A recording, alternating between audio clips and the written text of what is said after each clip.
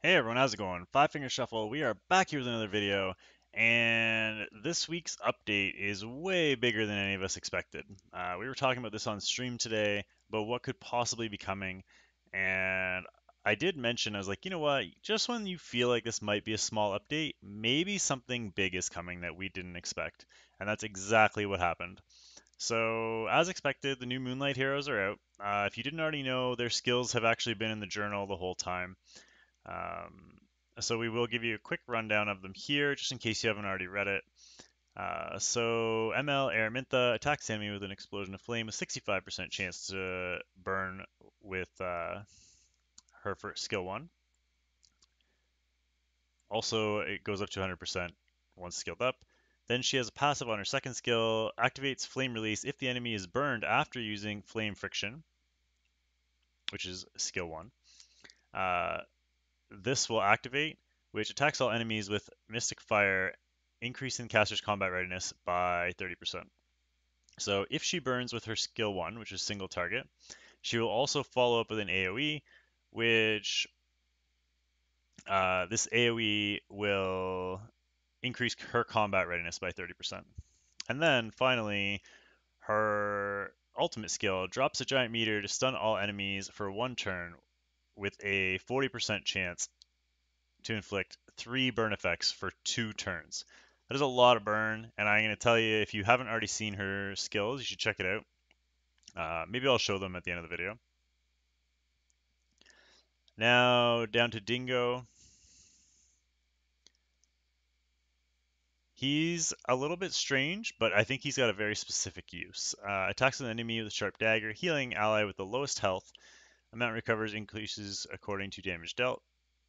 Then skill 2 attacks all enemies with a giant gauntlet, healing the ally with the lowest health again. A critical hit activates punishment, which is the first skill. Amount recovered increases proportional to damage dealt again. And finally, the ultimate skill heals an ally and the caster with sacred power, grants invincibility for 1 turn, and increases attack for 2 turns. Amount recovered increases proportional to the caster's attack. So, if you remember last update, they buffed Ludwig.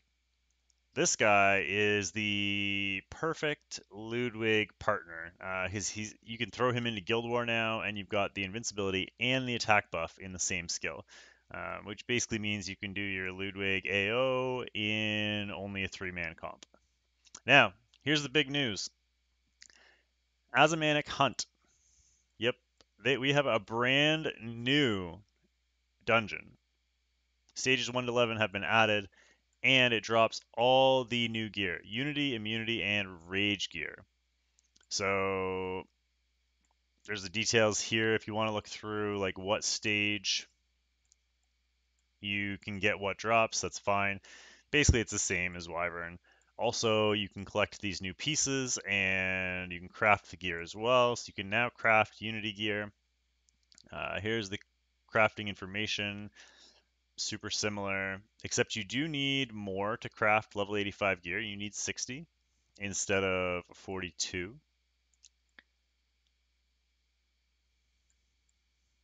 There's the rest of the information. I'm not going to read all that out, but you guys can check that out for yourselves if you want.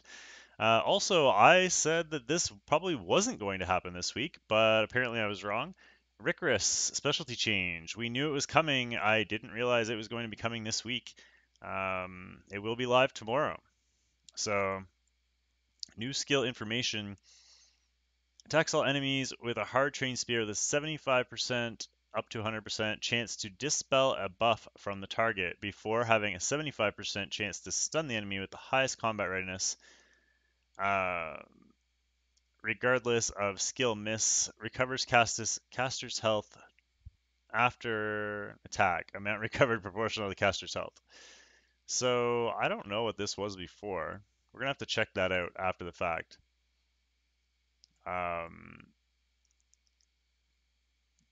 but an AoE strip. It's very interesting. I guess because I don't know why. I guess because of immunity gear. Because you can now craft and farm immunity gear. They want to have more strips in there. I'm guessing that's the reason. And probably also the reason for Sir Charles as well, is because they were planning for this all along. Very interesting. So we can't see that yet. I mean, if you want to look at it in here, you can. It shows his new skills. That actually looks pretty cool, to be honest. That's neat. All right. So there's the specialty change. We already knew about that. You will need to eliminate 500 artificial creatures, gift 6 Blood Flake Bone, and complete arena 250 times. That is a lot of arena. Um, After specialty change, the skill tree can be accessed, and here's what else he can get through his skill tree. Increase HP, increase defense, increase hit chance, increase effectiveness. The effectiveness is kind of nice, makes him easier to gear. Hit chance as well. Damage dealt with Supreme Spear. The heal increases to double. Damage dealt increased by 20% when attacking elemental target. 30% chance to inflict additional damage with Quick Spear. 100% chance max to dispel a buff on the caster when caster's health is below 20% at the beginning of the turn. Weird. Alright, well, that's very situational. Attack and defense when caster's health is below 50%. Interesting. So I don't really care that much about his skill tree. I mean, it's nice, the bonuses are nice, but really it's all about that strip, right? It's I guess an upgraded Harado. He's element neutral strip. And these adjustments, you can check them out yourself if you want to. Basically, they added different epic catalysts to some of the easier dungeons. So you can now get Fused Nerve from board 2S3. You get the Nightmare Mask from board 2S6. You get the Cursed Powder from board 3-7. And then you get the Heart of Hypocrisy from 9-3 and 9-9. Also, the memory imprints. If you now feed a triple S unit into a non-imprinted unit, those imprints will transfer. Um, Otherwise, doesn't mean much. And also, if you transmit a hero that is triple S, you will get the acquired resources as well. So you don't lose those units by imprinting. So basically now, if you are used to transmitting your 3 stars for whatever reason, because you need the transmit stones, then you can easily just use your triple S ones. And then there are some bug fixes as always. Nothing overly exciting. I browsed into these earlier, nothing crazy. They did make some inventory improvements for your artifacts, so you can sort easier. Also, the chat system now is see-through, so you can see the chat while still watching your run instead of it blocking your run. Kind of a nice quality of life fix. Also, your vice captains can now adjust Guild War buildings. So say, for example, I don't have time or can't do it that day, I can just contact one of the vices and they can do it. But yeah, that is pretty much it for tomorrow's update. Way bigger than expected. The new dungeon is crazy. I was not expecting that. I don't know anybody that even suggested there was going to be a new dungeon coming out. But super exciting. That, along with the Ricorous specialty change and the two new MLs, is going to be pretty ridiculous.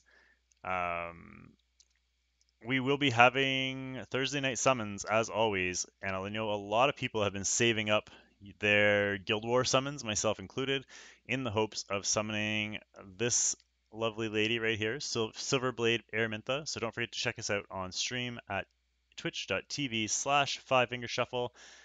Otherwise, we will see you on stream tomorrow night and covering all the stuff from the new update and trying out the new dungeon. So I hope you guys enjoyed the video. Don't forget to like, comment, and subscribe, and we will see you all next time with another one. Take care, guys, and have a great night.